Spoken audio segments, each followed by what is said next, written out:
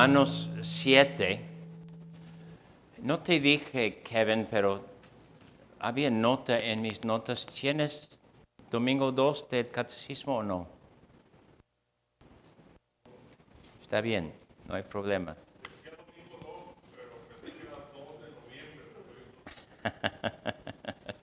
Muy bien, no hay problema. Nosotros tomamos en cuenta que una fuerza principal de las iglesias reformadas es quedar con las enseñanzas más básicas. Si vamos a evitar caídas, si vamos a no manchar nuestras almas día tras día, año tras año, vamos a quedar con las enseñanzas más básicas. Y la enseñanza de pecado es algo muy básico. Entonces, por eso tomamos la lectura y estudio de Romanos 7, los primeros 14 versículos, para causar nuestro corazón recordar y estar reanimado con la enseñanza de cómo es el pecado y cómo llega con nosotros. Como les dije esta mañana, que hablando de Romanos 3 y 5, encontramos la enseñanza de cómo es el pecado estando fuera de Cristo. Aquí, cómo es el pecado estando en Cristo. Entonces, guardamos eso. Pablo habla como persona convertida.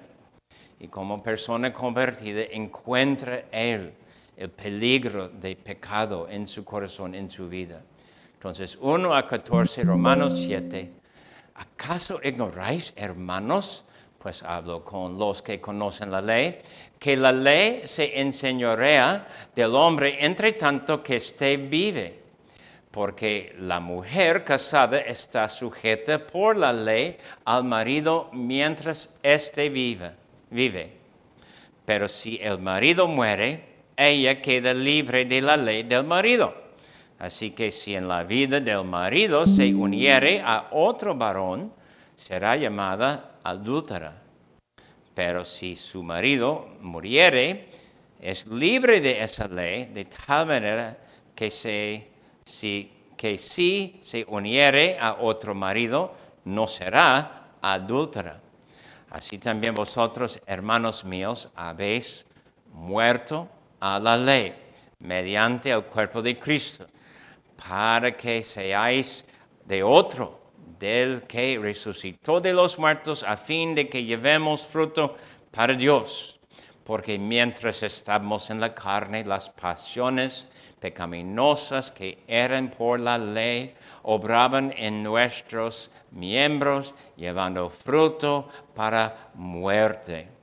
Pero ahora estamos libres de la ley por haber muerto para aquella en que estamos sujetos, de modo que sirvamos bajo el régimen nuevo del Espíritu y no bajo el régimen viejo de la letra. ¿Qué diremos pues? ¿La ley es pecado? En ninguna manera. Pero yo no conocí por la ley, porque tampoco conociera la codicia, si la ley no dijera, no codiciarás. Tomando ocasión por el mandamiento, produjo en mí toda codicia, porque sin la ley el pecado está muerto. Y yo sin la ley vivía en otro tiempo, pero venido el mandamiento, el pecado revivió y yo morí. Y hallé que el mismo mandamiento que era para vida a mí me resultó para muerte. Porque el pecado, tomando ocasión por el mandamiento, me engañó y por él me mató. De manera que la ley a la verdad es santa y el mandamiento santo, justo y bueno. Luego lo que es bueno vino a ser muerte para mí. En ninguna manera, sino que el pecado, para mostrarse pecado, produjo en mí la muerte por medio de lo que es bueno, a fin de que por el mandamiento el pecado llegase a ser sobremanera pecaminoso. Porque sabemos que la ley es espiritual, mas yo soy carnal, vendido al pecado. Amén. Hace muchos años había un estudio que unos psicólogos llevaron a cabo. Y unos psicólogos quisieron entender algo de la naturaleza humana, entonces diseñaron un estudio muy específico para entender algo del ser humano. Habían estos psicólogos observando y habían dos grupos de voluntarios. Y el primer grupo de voluntarios fue dicho a ellos que ellos eran los sujetos del estudio. Y los primeros voluntarios, tuvieron que sentar en un cuarto solo, cerrado, sin poder oír algo fuera del cuartito, y alguien de fuera, por micrófono, hizo preguntas. Y cuando esas personas hicieron preguntas, si la respuesta fue equivocada, ellos fueron dicho a ellos que iban a recibir un toque por medio del asiento. Entonces, y ellos también fueron avisados con cualquier respuesta equivocada, cada vez el toque iba a llegar más fuerte. Y ellos pensaron que el estudio fue sobre su reacción. Pero el otro grupo de voluntarios, ellos eran los que leyeron las preguntas en un cuartito y con una ventana de una sola vista. Pudieron ver la persona, y cuando no dieron la respuesta correcta, ellos tuvieron permiso tocar un botón. Y fue dicho a ellos también que cada vez de tocar el botón, aumentó un poquitito el voltaje. Y cada vez que ellos contestaron incorrectamente, el toque fue poco más fuerte. Ellos también fue dicho a ellos que el estudio fue acerca de los que contestaron. Pero en realidad, el estudio fue acerca de los que tocaron el botón. Unos de los psicólogos llegaron a ser los voluntarios, y los que hicieron toques, tocando el botón cada vez de oír una respuesta equivocada, no sabían que sus voluntarios en el cuartito, unos eran psicólogos, solo sabían que supuestamente los toques no iban a dañar a ellos exactamente, eran nada más un toque. Y así siguieron. Entonces, lo que fue muy importante en este estudio es que al principio algunos expresaron un poco de miedo de tocar un botón y causar a una persona recibir toques. No quisieron hacer esto, pero los psicólogos convencieron a ellos que no iba a lastimar a nadie. Fue importante ver las reacciones de ellos, pero en verdad el estudio fue ver las reacciones de los que tocaron el botón. Y primeramente eran muy tímidos, y luego muy resueltos, y luego muy gozosos. Tocar el botón. Y casi nadie tuvo respuesta de frente. Es decir, de todos los voluntarios que tocaron el botón para dar toques a los que estuvieron equivocados, casi todos tuvieron la misma reacción: tímido, resueltos, gozosos. Interesante, ¿verdad? Y luego ellos entendían que el estudio fue acerca de ellos y el gozo que tuvieron, aunque fue dicho que ningún daño, ninguna herida hicieron.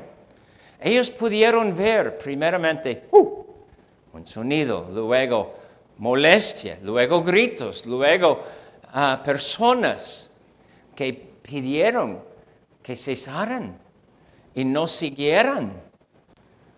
Pero así siguieron. Quizás pensarían ustedes que la lección sea no querer dar dolor al otro. En realidad, explica a nosotros cómo los de Alemania en la Segunda Guerra Mundial pudieron quemar seres humanos sin pensar en ellos, como los médicos de los fascistas de Alemania pudieron quitar la piel de seres humanos cuando estuvieron vivos sin sentir nada mal en sus experimentos. O luego como los de Rusia pudieron matar miles de personas sin un pensamiento, aunque sabían y supieron bien que exigieron dolor, heridas y lastimaron personas. Y luego tuvieron placer al momento de hacer su daño.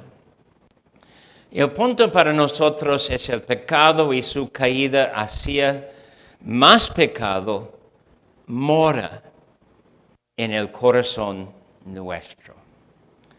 Mora el pecado en el corazón nuestro de todo ser humano y es la obra de la ley descubrirá esa caída y que reside en el ser humano el poder de hacer este daño.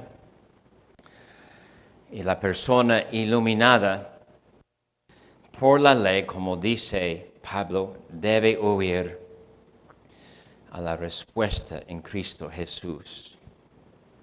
Cuando en el estudio debía ser una cosa para espantar los participantes que tuvieron gozo, fue otro. En vez de entender que no fue correcto tener gozo, ellos después defendieron su postura de querer dar toques. ¿Por qué? ¿No entienden? Sus respuestas estuvieron equivocadas. Entonces nosotros sabemos que leyendo Romanos 7, versículo 7, es por la ley que el corazón sabe, reconoce, su deseo es torcido. Dice, la ley es pecado en ninguna manera, pero yo no conocí el pecado sino por la ley. Y el ejemplo, porque tampoco conociera la codicia si la ley no dijera, no codiciarás. Entonces tenemos que decir, deseo en el ser humano es torcido. El ser humano puede entender que es pecador cuando tiene deseo que sale de su corazón y tiene expresión. Como los que dieron toques, tomaron placer en dar tal dolor, el corazón regocija en poder pecar. La ley revela, no codiciarás. Y el corazón quiere de repente codiciar. Un ejemplo en mi vida que siempre me sorpresa, porque muchas veces eso pasa sin mi reconocimiento y luego me doy cuenta pronto que va pasando. Cuando hablo de pasado de mi familia, que mi papá fue alcohólico y luego personas quieren preguntarme, pues ¿tienes tentación de tomar demasiado? Y muchas veces yo digo, en realidad no tengo deseo tomar demasiado. Pero yo sé justo después de decir esas palabras que mi corazón es torcido. Y justo después de decir estas palabras, mi corazón fomenta rebelión y malos pensamientos. Y yo sé que dentro de un día, si no estoy orando, yo voy a pensar, en realidad es muy serio. Pero ¿de dónde sale tal pensamiento? ¿De dónde sale tal deseo? Nosotros sabemos, sale del corazón pecaminoso. Versículo 8 deben escuchar. Mas el pecado, tomando ocasión por el mandamiento, produjo en mí toda codicia, porque sin la ley el pecado está muerto. Entonces, oportunidad de hacer, oportunidad de querer algo, pone al corazón en el camino de querer hacer. Los del estudio, asegurados que no sería una herida, dieron sus toques, siguieron la regla de dar toques, aunque supieron que fue algo difícil para los recipientes. Pero defendían sus acciones otra vez porque pensaron que siguieron lo que fue justo. Y tu corazón conoce deseo. Tu corazón quiere algo. Y si hay lugar en la santa creación de Dios por deseo, sabemos que todo deseo no es condenado. Sabemos que hay unas cosas que debes desear. Sabemos que otras cosas es excelente desear. Sabemos que hay unas cosas que Dios hizo y tenemos que tener deseo, experimentar lo que Dios nos da y nos permite. Pero la prohibición te hace querer lo que no debes tocar, lo que no puedes obtener, lo que no necesitas experimentar. Y eso es donde el cristiano y nosotros como creyentes debemos tomar algo de conflicto con nuestro propio pensamiento, es decir, contra nuestro propio deseo. Versículo 7. Es el pecado. Es el pecado. Yo no conocí el pecado sino por la ley. Entonces el pecado tiene una naturaleza, pecado. Y la naturaleza del pecado te hace querer hacer lo que es contra lo que Dios dice. ¿Y dónde reside? ¿Dónde tiene su morada el pecado? Tu corazón. Tu corazón.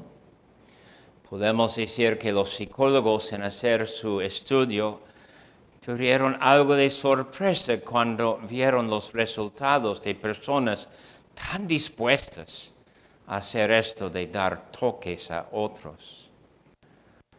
Muy difícil es por la persona querer confesar algo que ha hecho. Nombramos esto autopreservación. Autopreservación solo quiere decir que tú sufrirás cualquier otra cosa en el mundo sin hacer confesión de lo que es capaz tu corazón.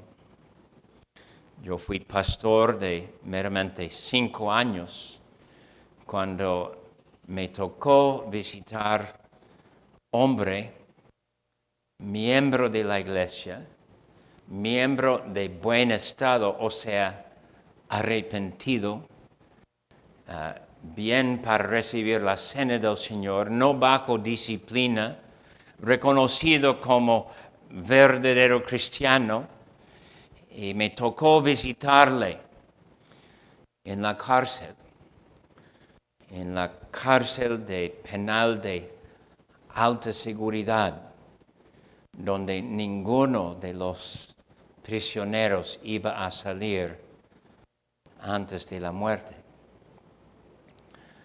Y aquel día de visitarle la segunda vez, éramos los únicos en un cuarto casi igual de tamaño como este cuarto. Y estábamos hablando, y como me conoció poquitito y como pasamos cartas, él conmigo, yo con él, estamos hablando de estar de buen estado, hablando de tomar la cena del Señor. Y le pregunté, ¿qué dices tú de tu pasado? Yo sabía, porque mi cuñado me enseñó. Mi cuñado fue alguacil en aquellos años y me dijo, ¿tú vas a visitar con él? Sí. ¿Tú vas a ofrecerle la comunión? Sí. Tú nunca has leído su archivo, ¿verdad? No. Y me explicó de su crimen, su delito, que fue enorme. No voy a dar detalles, pero él mató una mujer. Y los detalles son horribles. Bueno, en aquella conversación, en aquel momento, él dijo, sí, yo soy la persona que mató a esa mujer con crueldad. Y yo no sabía ni qué sentir, ni qué decir, ni por qué mis oídos tuvieron enorme zumbido. Solo sabía que alguien tuvo que decir algo y entonces le dije, ¿cuántas veces has dicho esto con tus labios? Y me dijo, es la primera vez que he dicho abiertamente que fui yo quien mató a esa persona. Oh, así es el pecado. No quiere confesar, no quiere decir. Y luego en leer versículo 10, allí dice Pablo que el mismo mandamiento que era para vida, a mí me resultó para muerte. Y cuando hay una naturaleza pecaminosa, el resultado siempre pecar, siempre morir. Siempre hacer su acción, siempre morir por su acción.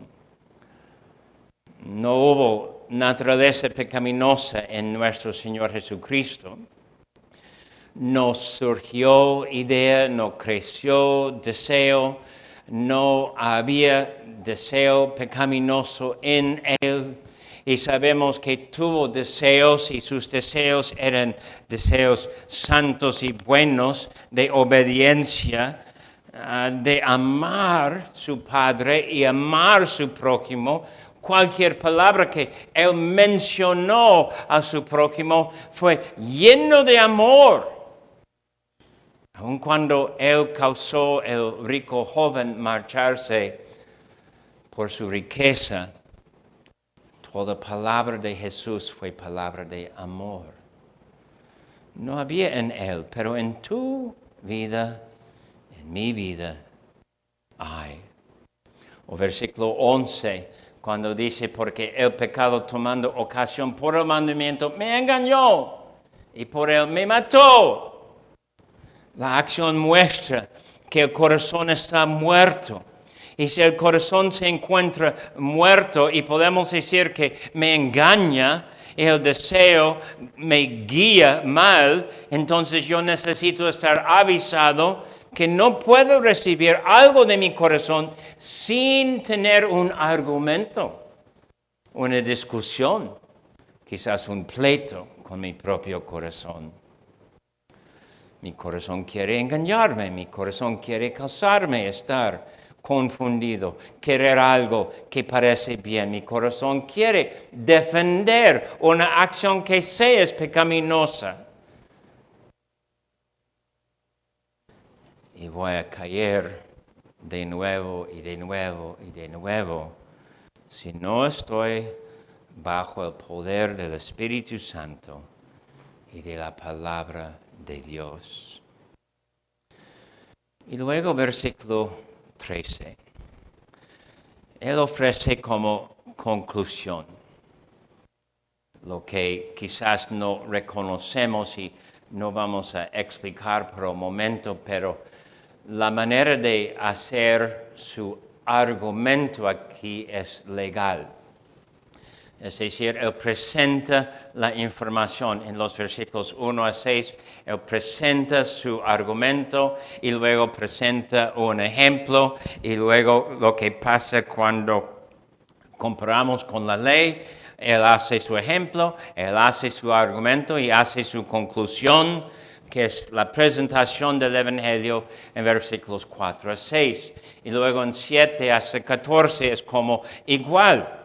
Él presenta su información, presenta argumento, está diciendo de verdades bien conocidas, está diciendo que también los que saben del Antiguo Testamento están convencidos de todo esto. No hay discusión, es meramente aplicar.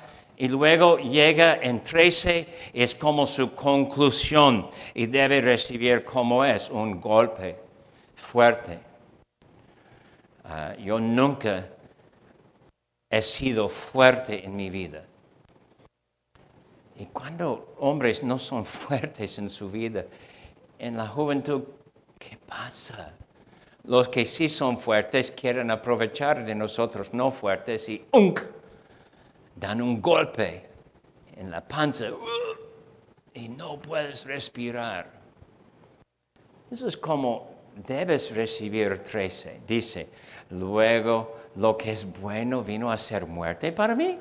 En ninguna manera, sino que el pecado para mostrarse pecado produjo en mí la muerte por medio de lo que es bueno, a fin de que por el mandamiento el pecado llegase a ser sobremanera pecaminoso. Él quiere golpearte. El apóstol, como todo ser humano, sabe, entiende que es mal. Por la ley entiende que es mal. Él sabe que todo lo que es mal salió de su corazón. Y luego él entiende que el pecado es sobremanera pecaminoso. O sea, los que dieron toques, luego pudieron defender sus acciones de dar toques más y más fuertes y no quisieron decir que estuvieron mal, porque es obvio, eran equivocados, tuvieron que recibir toques. Sobremanera pecaminoso. Pecado se defiende por él mismo como algo bueno y el resultado es tomado como bueno y la ley, su mandamiento que hace prohibición es llamado luego malo. Pero versículo 13, en ninguna manera, la ley es bueno. Entonces no podemos tomar que la ley tiene la culpa, es el ser humano, mi vida, que tiene la culpa. Por lo tanto, 4 puntos básicos que tenemos que tomar. 1, por naturaleza, el ser humano odia a su Dios y a su prójimo. La ley dice, amarás a tu Dios con todo, amarás a tu prójimo como a sí mismo. Y tú dices, no gracias, porque la naturaleza tuya odia a Dios y a su prójimo. Como el famoso Lutero dijo cuando fue preguntado, ¿amas a Dios ahora, Martín? ¿Amo a Dios? No, a veces odio a Dios. Porque así es la naturaleza. Aun cuando somos renovados, sufrimos bajo la naturaleza pecaminosa. 2. El cristiano se enfrenta con su propia naturaleza y llega a ser en contra a sus propias acciones y sus propios deseos. El cristiano se enfrenta con su propia naturaleza y llega a ser en contra a sus propias acciones y sus propios deseos. Si nunca has tenido esta idea de estar en contra a ti mismo, hay algo que descubrir, hay algo que necesitas aprender de ti mismo. ¿Ha sido tu realidad que encuentras que tu naturaleza es un horror, es algo bastante feo, no quieres confesar, es una cosa, pero luego de confesar tú puedes decir que andas confrontando o que se enfrentes con tu propia naturaleza. Los que hicieron toques no quisieron llegar en este punto. Y esa fue la sorpresa para los psicólogos. En realidad, ¿quieres ser arrepentido? Si haces cualquier defensa de tus acciones, ¿en realidad eres arrepentido? Si tu acción contra si tu acción contra la ley de Dios en tu mente tiene defensa, puedes decir que entiendes que eres pecador y has sido convencido de ser pecador y condenado. ¿Cuál pecado tuyo tiene defensa? Y si tiene defensa, ¿por qué no eres arrepentido? 3. Los versículos 4 a 6 son la verdad del Evangelio en medio del lío o mugre o encontrar el asco de nuestro ser. Así también vosotros, hermanos míos, habéis muerto a la ley mediante el cuerpo de Cristo, para que seáis de otro, del que resucitó de los muertos, a fin de que llevemos frutos para Dios. Porque mientras estamos en la carne, las pasiones pecaminosas que eran por la ley obraban en nuestros miembros, llevando fruto para muerte. Pero ahora estamos libres de la ley por haber muerto para aquella en que estamos sujetos, de modo que sirvamos bajo el régimen nuevo del Espíritu y no bajo el régimen viejo de la letra. El Evangelio es tu respuesta. Y se aplica cuando puedes hacer esa confesión de estar bajo condenación por lo que es tu propio corazón, de ser libres en el poder de gracia en Cristo Jesús. El fruto antes muerte, el fruto ahora fruto para Dios. Y si fue antes fruto para muerte, ahora es fruto para vida. Y habla de algo nuevo, y habla de renovación, y habla de eternidad, y habla de esperanza, y habla de lo que esperas con todo tu corazón, ahora siendo renovado, la eternidad, donde no habrá nada de pecado. Y 4, versículos 7, 12 y 14. La ley no es el problema. Tú eres el problema. El mandamiento no es malo. Tú eres malo. El mandamiento te muestra lo que necesitas y te pone bajo el pecado de cualquier manera. No podrás decir ninguna otra cosa, sino que el pecado es sobremanera pecaminoso. Y tú eres sobremanera pecaminoso. Ahora echas lejos de ti confianza en la carne, confianza en tus poderes. No puedes decir que tu corazón está bien dentro de ti para poder ofrecer algo en su propio poder. Es nada más capaz de engañar. Entonces ponemos toda nuestra confianza en la obra de Dios. No quiero imaginar yo como voluntario o en el asiento recibiendo toques o en el cuarto dando toques, porque yo sé que soy capaz de hacer daño al prójimo con mi pecado. Y la única respuesta en conocer el corazón es conocer nuestro Cristo. Amén.